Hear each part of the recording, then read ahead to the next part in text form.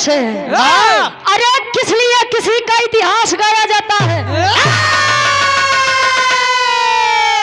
लोग कहते हैं कि हर घर में वीर पैदा नहीं होते हैं, तो हम भी कहते हैं कि अगर हर घर में वीर पैदा नहीं होते तो हर माँ वीर पैदा भी नहीं कर सकती है। कवि जी 4 लाइन भूमिका के अंदर भाव लिखते हैं कैसे वो वीरन खातिर।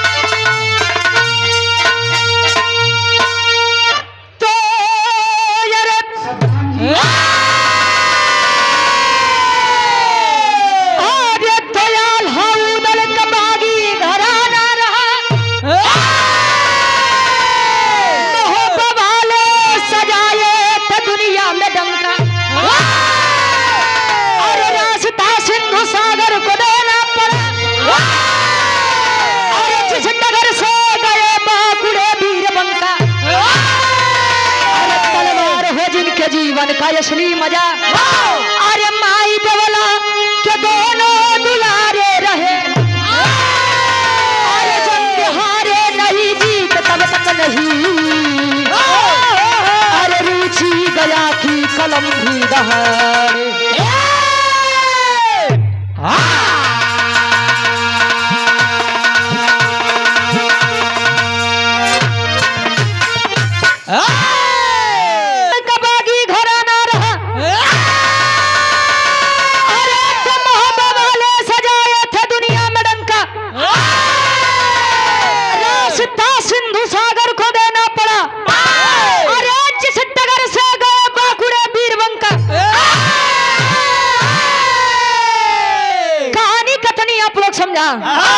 महोबा के राजा आल्हा उदल जी, आल्हा के पत्नी सोनवा जी इतनी खूबसूरत रहे, इतनी सुंदर रहे डब्लू गुरु जी कि जान ला समय में उनसे ज्यादा खूबसूरत क्यों रहे नहीं ए भैया। दुनिया सुंदरता के ऊपर मरत क्यों कह दे कि हमके सुंदरता से नहीं मतलब बात जान ला वो आज के समय में जान ला कलयुगी राम को बिरहा में कवि जी बड़ी सुंदर गजल के भाव लिखे थे कैसे स्वर्गीय गुरु रामदेव गुरु जी वाली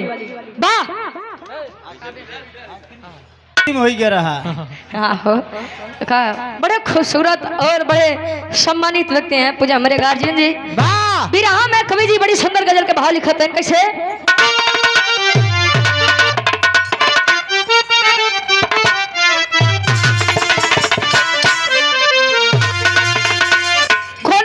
वाला के पिया वाला हाँ हो के आज दावत बा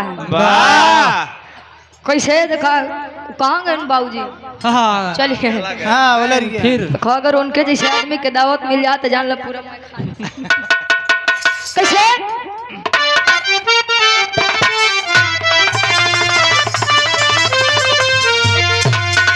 अरे आज पीने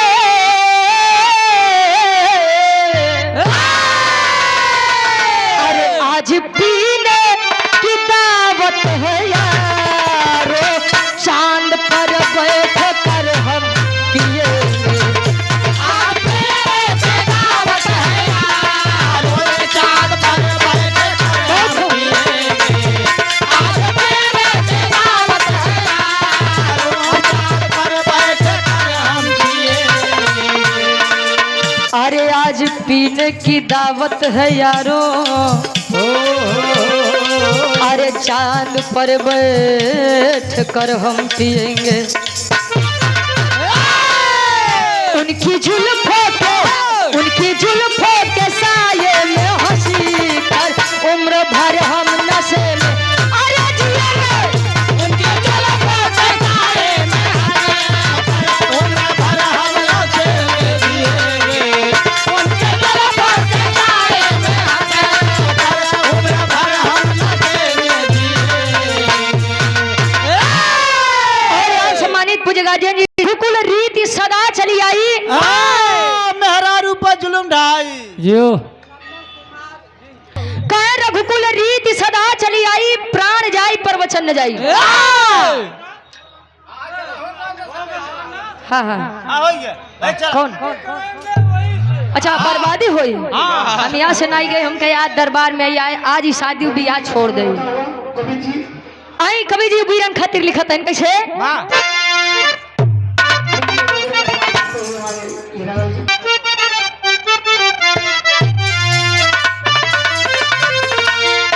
अरे आज पीने, अरे आज पीने की दावत है यार, चांद पर बैठ कर हम पिएंगे। आज पीने की दावत है यार, चांद पर बैठ कर हम पिएंगे।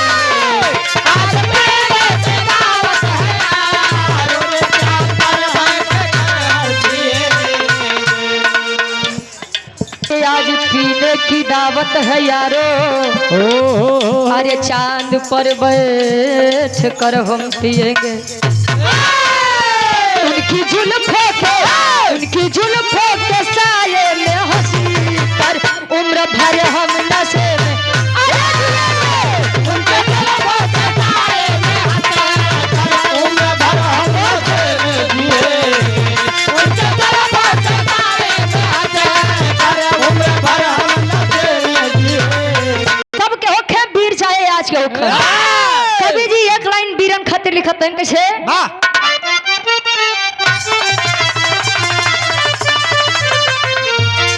अरे जिसके सीने में, अरे तो जिसके सीने में जलता हो सोला, पानी फौलाद बनकर जिएगा। जिसके सीने में जलता हो सोला, पानी फौलाद बनकर जिएगा। जिसके सीने में जलता हो सोला, पानी फौलाद बनकर जिएगा। अरे जिसके सीने में जलता हो सोला, अरे सानी फौलाद बनकर जी।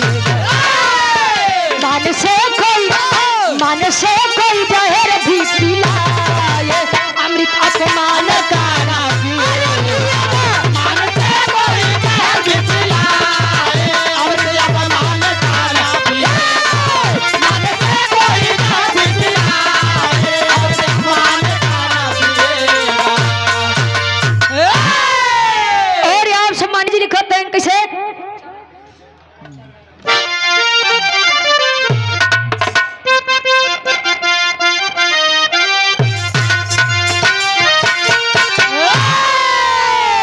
अरे कहती हूँ बड़े यदब से, ये बिल्कुल बात सही है। सोनवा जैसे सुंदर नारी धरती पर नहीं कही है। अरे चर्चा थी चारों ओरी, चंदा से सुंदर सोनवा, देवला को चिंता रहती ना लागे जादू तोनवा।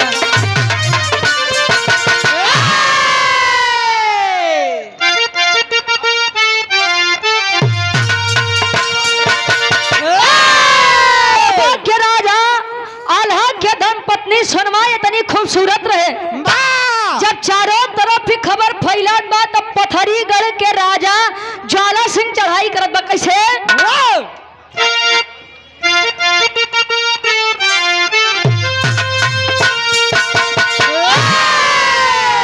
और ये ज्वाला को खबर लगी जब मोहब्बत के अंदर आया, झूला झूलते बगिया में सोनवा रानी पाया। ज्वाला की मनसा पलटल रानी को फटकारी, खबरदार हो जाओ मैं वीर पुरुष की नारी।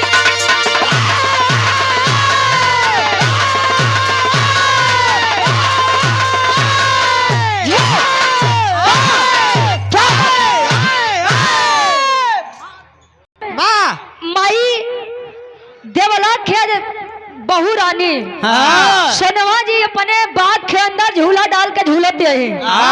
उधर जी शिकार खेले बधे आस पास घूमते हैं। और जब ज्वाला सिंह पता पाया है, आया है उस बगीचे के अंदर जब रानी सोनवा के झूला झूलत देखत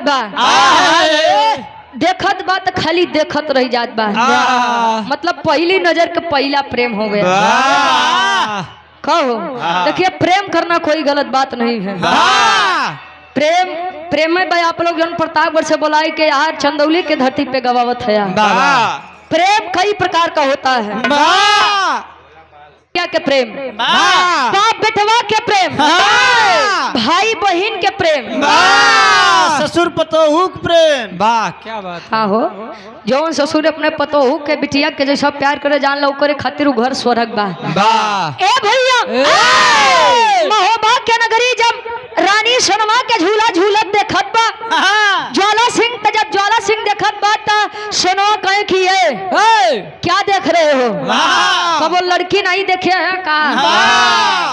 कहे देखे तो, लेकिन लड़की बहुत देखा लेकिन तोहरी जैसा ना देखा। काज बा कैसे एक लाइन तरज लगत बा। वाह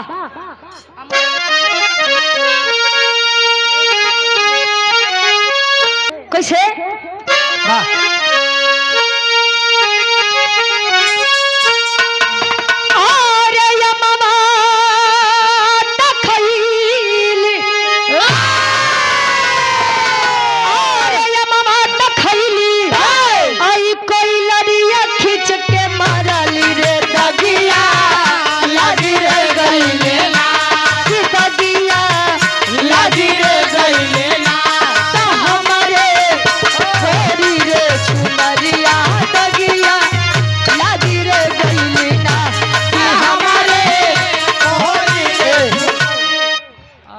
देखते हो।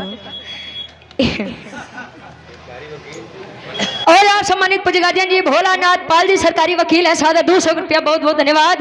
ए भैया आया है माई सोनवा समझाओ तो इनकी ये लड़के साहब तोरे तनिको शर्म नहीं आवत बात की एक शादीशुदा लड़की के ही कहा था कि हम तो सिर्फ प्रेम करते हैं। एकदम निर्लज्ज हो गए हो। हमरे एक छोट बेटा भी बा जेकर नाम इंदल बा। अरे मैं वीर आल्हा की पत्नी और उदल की भौजाई हूँ। जब इतनी बतिया सुनत बा तो हो थका कवि जी भाव में लिखत है। खिंच के मारा लिखी दगिया लगी रे गइले ना, की दगिया लगी रे गइले ना, हमारे तेरी रे चुनरिया रे दगिया लगी रे गइले ना, हमारे कोरी। आया है कवि जी भाव में लिखत है कैसे? अरे कदमा के बगिया में, कदमा के बगिया में आइल बेई मनवा जहाँ झूलनवा झूलेला, जहाँ झूलनवा झूलेला, कसिया खोली रानी सोनवा जहाँ झूलनवा झूलेला, कसिया। अरे कहीं समझ आ के बैठे, अरे जल्दी जाइबा भागी उदल देवारा के खबरिया दिलागी, उदल देवारा के खबरिया दिलागे, उदल देवारा के खबरिया दिलागे। तेगवा चला के पटी है, तेगवा चला के पटी है, घर में माया बनवा जहाँ झूलनवा झूले, कि जहाँ झूलनवा झूले भूली जैबा भूली चनवा जहाँ झूलनवा भूले ना भूली। ए भैया से बड़ा प्रेम करते हूँ। कहा गया है कि पति के मरल सती जनी है, सतभतरी में हरिया का जाने। समझावत बा आया है पथरीगढ़। आदित्य भैया समझ ला। ए भैया रुक जा, के बेदी पर बैठा ए माई जिंदगी भर आपका पूजा किया हो, अगर एक चीज आज मांगत नहीं अगर वो दे देबे तो हम जीवन में कब्बो कुछ नहीं मारब, भोला नहीं मांगब। माँ दुर्गा आई कहीं की बेटा दे तो मैं देती, लेकिन उसका एक बेटा है इंदल और माँ के बिना एक बेटे का कोई अस्तित्व नहीं होता है।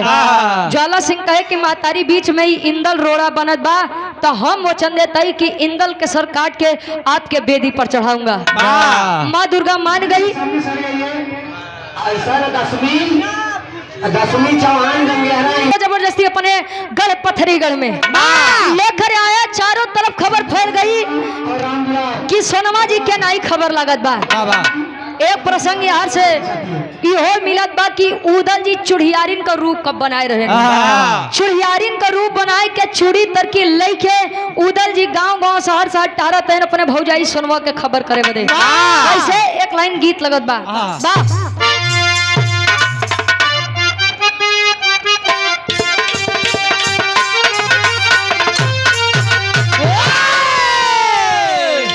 हम गवनवा नहीं जा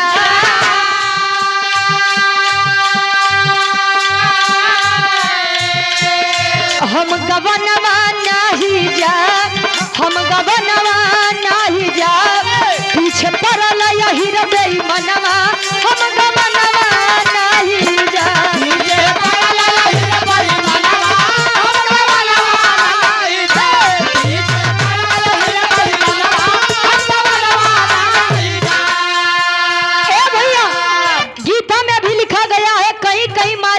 कहीं कहीं ढेर शुद्ध मत बोला करा। कहीं कहीं मारे भी तो कहीं कहीं भागे भी। हमारे कलाकार बंधु 20 मिनट बाद बता समय पाबंदी को ध्यान रखें। संचालक जी खाली 20 मिनट बाद 20 मिनट में बाबा और आप लोग 40 मिनट दिए रहा। तो समय का ध्यान रखते हुए बाजा बंद करो। ए भैया वाला बंद कर दे। अब पूजा प्रदर्शन नहीं कराएंगे उसके बाद जो हमारे हाँ आधा टाइम में तो खाली संचालक करे में ले जाते हैं। क्या बंद करा भैया बंद करा। हाँ बंद करा भैया।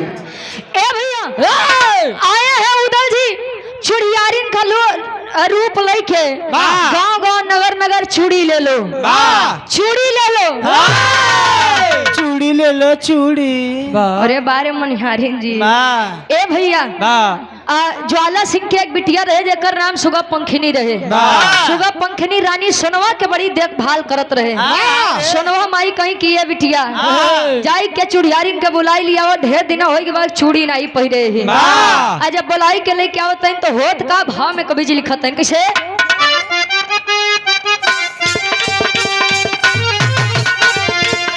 रणजुझरवा चल ले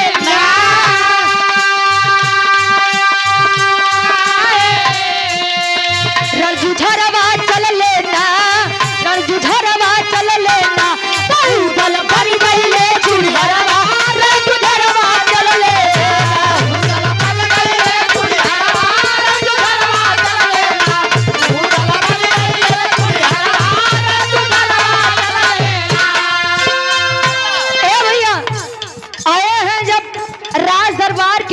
माई सोनवा घूंघट करे आज जब घूंघट करे तो उदल जी पकड़त है हुए नरम कलाई चूड़ी पहना बदल किए भगवान की हमार भौजी हो जा कैसो इनके पता लग जाओ।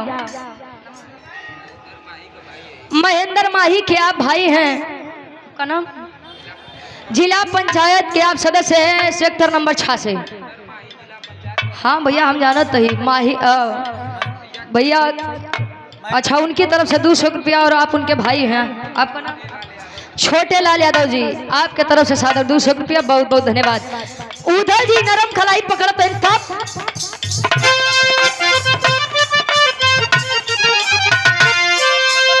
सोनती हली हाथ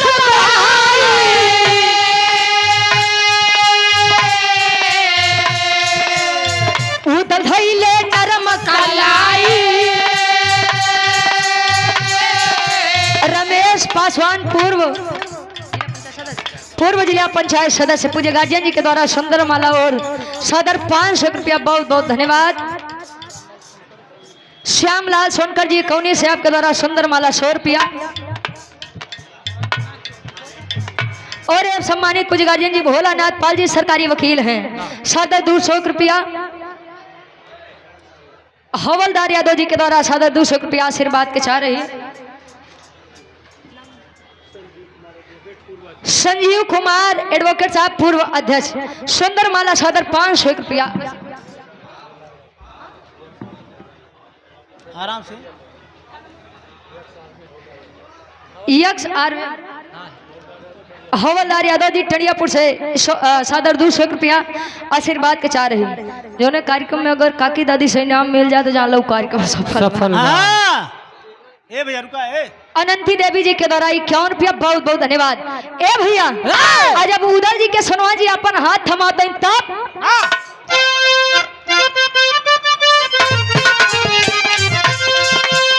सोनदी हली हाथ बढ़ाई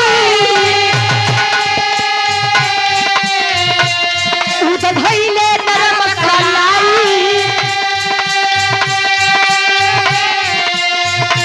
घूंघट हटे त देखे चेहरावा घूंघट हटे त देखे चेहरावा जुझरवा चलले घूंघट हटे त देखे कहे घूंघट हटे त देखे चेहरवा रण जुझरवा चल लेना हवा से जब माई सुनवा के घूंघट हटत बा उदल जी देखत हैं और अवाक रह गए। अरे भौजी आखिर का कमी रहे हमरे भैया के प्रेम में, अरे का कमी रहे हमरे लोग के स्नेह में। जवान एक मर्द के हाथ छोड़ करके एक नामर्द का हाथ थाम लिया। अरे धिक्कार है मुझे आप पर, शर्म आ रही है कि आप मेरी भाभी समान माता हैं। ए भैया जब इतनी बतिया सुनत है तो सोनवा जी समझावे कि ये देवर तनी गुस्सा कम, हमार बात सुना, हम अपने मर्जी से हार नहीं आबटी हिया हमका जबरदस्ती ज्वाला सिंह लई के आए बा। कहे कि ज्वाला के इतनी हिम्मत, अरे ज्वाला सिंह के इतनी हिम्मत मोहब्बत के रानी के ऊपर गंदी नजर डालेगा। अरे नहीं छोड़ूंगा इस साले को। करत का बिरहा के आखिरी तरज लगत बा कोनो पान बेचे वाली कहे किसे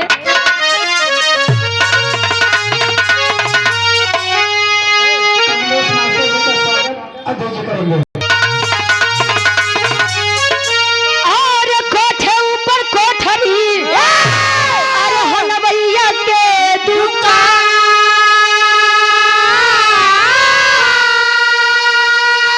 अरे हाथ से लड्डू छूट गया बनवरिया मारे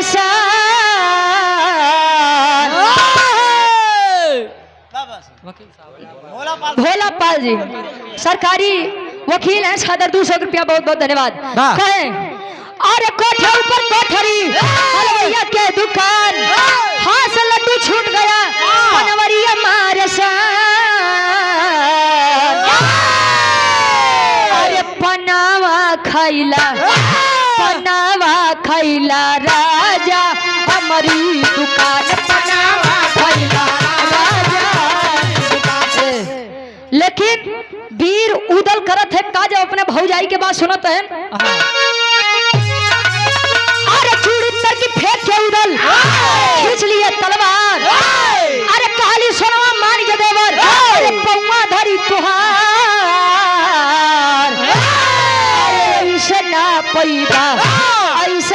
पैबा ज्वाला पे तू हमारे ऐसे ना पैबा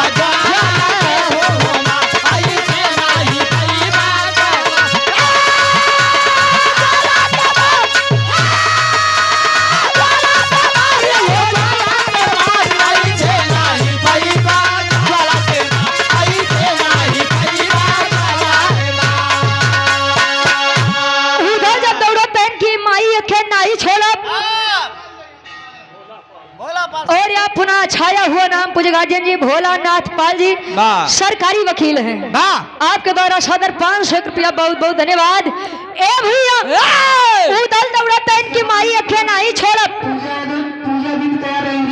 कहे की माई अखे नहीं छोड़ब कहे की ये बेटा एक के मत छोड़िया लेकिन हमारी एक बात सुना।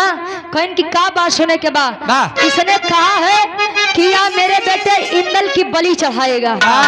अब हम तब्बे तो के मिल सकी थी कि जब तू एक पहले इंदल के बलि चढ़ुआ भीगी आंखों को लेकर के आए हैं मोहब्बा के अंदर रोवत हैं। जब आल्हा जी देखत हैं रोवत तब पूछत हैं का पूछे अरे लौटे महोबा में महोबा के बाद उदल के रोवत देखल तब आल्हा दादा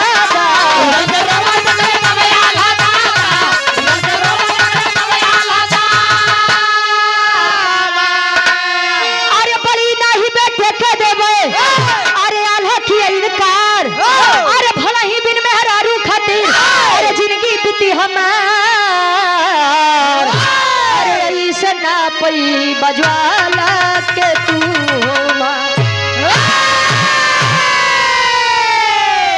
महोबा के अंदर आए हैं उदल जब रोते हैं तो आल्हा जी पूछन कि उदल क्या बात है तेरे भौजी के पता लाग के नहीं लाग कहें कि भैया पता तो लगा लेकिन एक दुविधा बा एक के पावे के पड़ी तो एक के खोवे के भी पड़ी मतलब ज्वाला सिंह ने माँ दुर्गा से कहा है कि इंदल की बलि आपके चरणों में चढ़ाऊंगा ओकरे ऊपर माई दुर्गा के कृपा बा ये भैया आप तू इंदल के बलि चढ़ावा तबे भौजी तो का मिली है आल्हा कहे उदल तोहार दिमाग खराब बा अरे एक मेहरारू खातिर हम अपने लड़का के मार दे मेहरारू खातिर जिंदगी बिता दे लेकिन लड़का खातिर जिंदगी ना बीती। उदल कहन कि भैया तुहार दिमाग खराब बा वह लड़का कल के बड़ा होई तो दुनिया वाले का बड़ा ताना मरी है आज उदल की बात मान करके आल्हा चले हैं बेटे की बलि चढ़ाने के लिए माँ दुर्गा के पंडाल पे कैसे तेरी के भाव लगत बा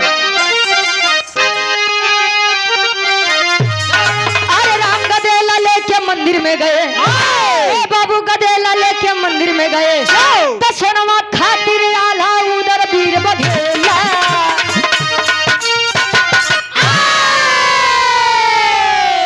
भैया पहुंचे हैं मंदिर में इंदल को लेकर के बाहर हुए इंदल के चेहरा निहारते हैं इंदल कहे पिताजी अगर एक माँ को लाने के लिए मेरा ये नाश्वर तन एक माँ के चरण में जा रहा है तो मुझे कोई अफसोस नहीं है बेझिझक मेरी बलि आप माँ दुर्गा के सामने चढ़ाइए निकाले हैं तलवार और धड़ से जब गर्दन को अलग किए माँ दुर्गा प्रकट हुई और इस भक्ति पर जब प्रसन्न हुई तो आल्हा उदल के वरदान मांगे बदे कहा कैसे पापट के भाव लगता अरे बलि चढ़ाऊ थे डॉलर में आशा ना दुर्गा बोली हो बलि चढ़ाऊ थे डॉलर में आशा ना दुर्गा बोली हो तब मांगा या ला मांगा तू वरदान दुर्गा बोली हो मांगा या ला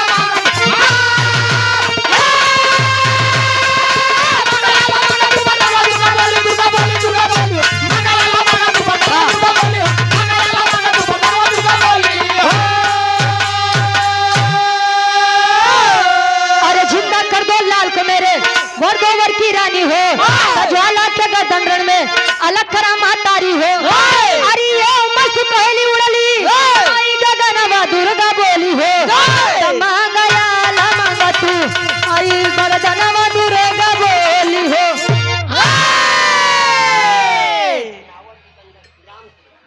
राम सूरत बाबूजी आपके द्वारा 100 रुपया बहुत बहुत धन्यवाद है भैया माई दुर्गा कहीं कि बेटा मांग लो जो मांगना है सुभाष पट्टी वाले पांडे अरविंद भैया रामदुलार की भदवार आप कमेटी के अरविंद यादव जी आपके द्वारा 51 रुपया बहुत बहुत धन्यवाद कहें कि माई अगर हमको कुछ देवे के चाहते कि जो ने लड़का के बलि तोरे चरण में चढ़ाए वह लड़का के जिंदा कर दे और इतना आशीर्वाद दे कि मैं जब ज्वाला सिंह से भिड़ू तो उसका गर्दन में रण में अलग कर दूं एवं मस्त कह करके चल दी महोबा वाले चढ़ाई किए पथरीगढ़ पर सोनवा को पाने के लिए भागा भागा गया है ज्वाला सिंह माई दुर्गा के सामने अब माई दुर्गा और ज्वाला सिंह के बाद बिलाप होत बा कैसे वार्तालाप होत बा आल्हा के भाव में कभी बताओ तो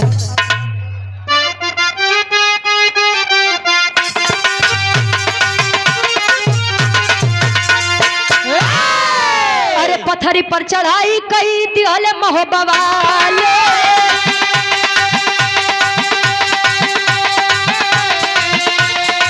झलक खबरी जा लागल होते ही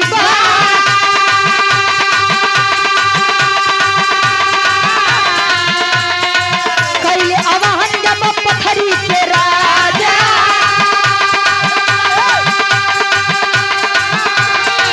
कैले आवाहन जब पथरी के राजा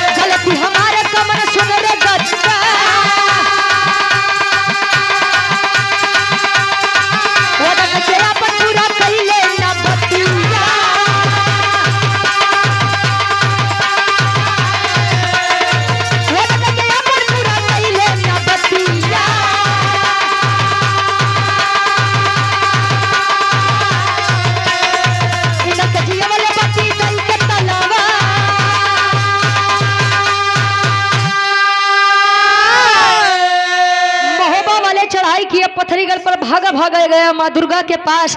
माई दुर्गा समझावे कि करे पापी तो हर बात मान के हम ही अनर्थ करे के तैयार भय, और तूने अपनी बात को नहीं पूरा किया।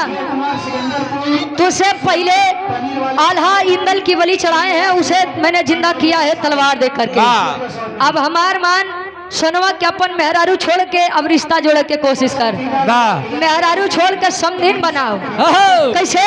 आखिरी भाव खड़ी के भाव लगत बा।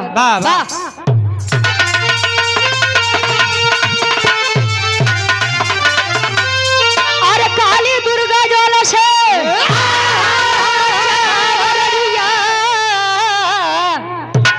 अरे काली दुर्गा ज्वाला से न मचावरिया जोड़ा आल्हा उदल संगे नाता से डोरिया।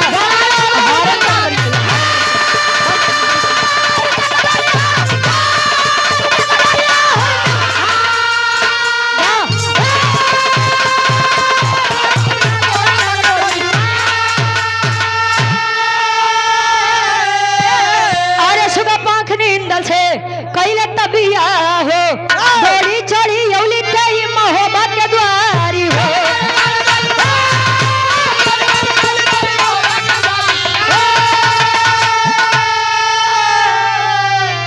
अरे भारी पड़ल सोनवा के कैले चोरिया तो जोड़ा आल्हा उदल संगे नाता के डोरी। दुर्गा माँ समझा रही है कि जा करके ज्वाला सिंह आल्हा और उदल से रिश्ता बनाओ। जाए कि अपन गलती माँ उनके सुगा पंखिनी अपने बिटिया के बिया इंदल से करवाओ तनी आज झगड़ा समाप्त बा, दोनों लोग समझी समझी भाई। आखिरी में खानदान का परिचय बा। और आप हमारे बड़े भैया चंद्रभूषण यादव जी सुंदर माला सादर 500 रुपया। आखिरी में खानदान का परिचय बा। कैसे? छोड़ा गुरु बिहारी, गुरु गणेश, गुरु रामलाल गुरकारी। अरे स्वर्ग से चंडिका कवि बच्चन जी बने पुजारी।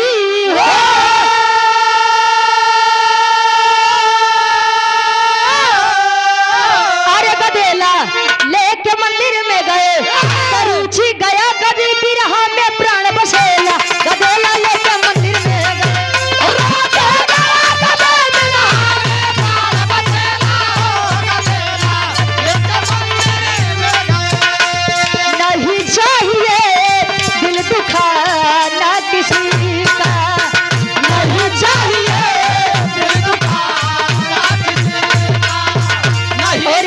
भोलानाथ पाल जी सरकारी वकील हैं, आपके द्वारा सादर 200 रुपया। बहुत बहुत धन्यवाद।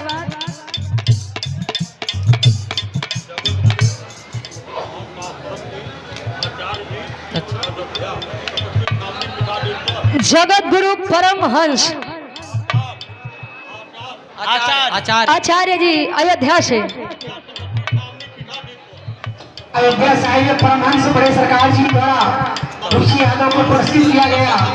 ये बहुत बड़ा सौभाग्य है बड़े सरकार द्वारा।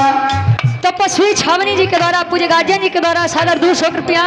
चरणों में प्रणाम स्वीकार हो। आशीर्वाद, हाँ ये पैसा नहीं आशीर्वाद हो। बहुत बहुत धन्यवाद। आशीर्वाद के चारे के हम बच्चे अपनी कला में कामयाब रहे। मुलायम सिंह यादव जी, मुलायम भगत जी कटरिया से सादर 500 रुपया। बहुत बहुत धन्यवाद। नहीं चाहिए दिल दुखा